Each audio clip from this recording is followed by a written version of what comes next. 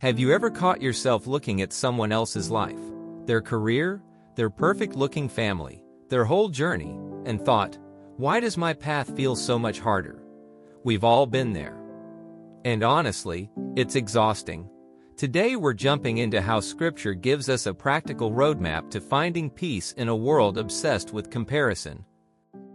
That feeling can quietly eat away at you, right? That little pang you get scrolling through social media or hearing about a friend's promotion. It's like you're stuck in neutral while everyone else is speeding ahead. Exactly. And that feeling, it's a thief. Yeah, the name of that thief is comparison. It's that relentless voice holding up your behind-the-scenes reality against someone else's highlight reel. And let's be real, it's the #1 thief of joy. And this is what I love about Psalm 37. It doesn't shame you for feeling this way. It starts by acknowledging the struggle. It validates that magnetic pull to measure your life against someone else's, and reminds us this is a deeply human, often painful experience. The Scripture puts us at a crossroads. On one side, the world's rewards, visible, loud, temporary. On the other, something quieter but far more lasting, trusting that God is guiding you even when you can't see the road ahead. If comparison is the problem, the solution isn't trying harder or getting more stuff. It's a pivot, an intentional, conscious choice. A choice summed up in one powerful phrase: I choose to trust you. Trust isn't a fuzzy feeling you stumble into. It's a declaration, a decision to shift your focus from the noise around you to the quiet conviction within you. Why would anyone choose trust? Because of the promise at the heart of Psalm 37.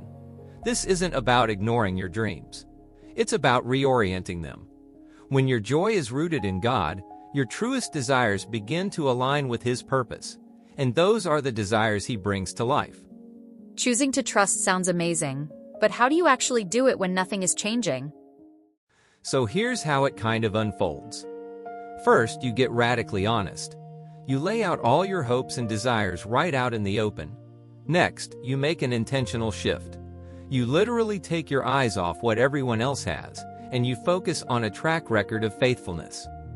Then comes the really hard part. You wait, patiently.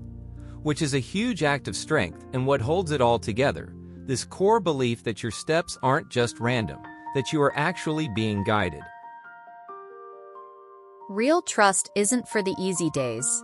Anyone can have faith when life is smooth. True trust is forged in the detours, the setbacks, the moments you feel lost. It's the unshakable belief that even the painful parts of your story are purposeful steps toward something greater.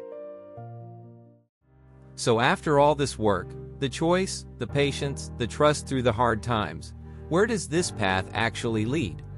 What's the destination? It's not some worldly prize. It's something so much better. A deep, unshakable sense of inner peace. And this right here is the secret. Hope isn't wishful thinking.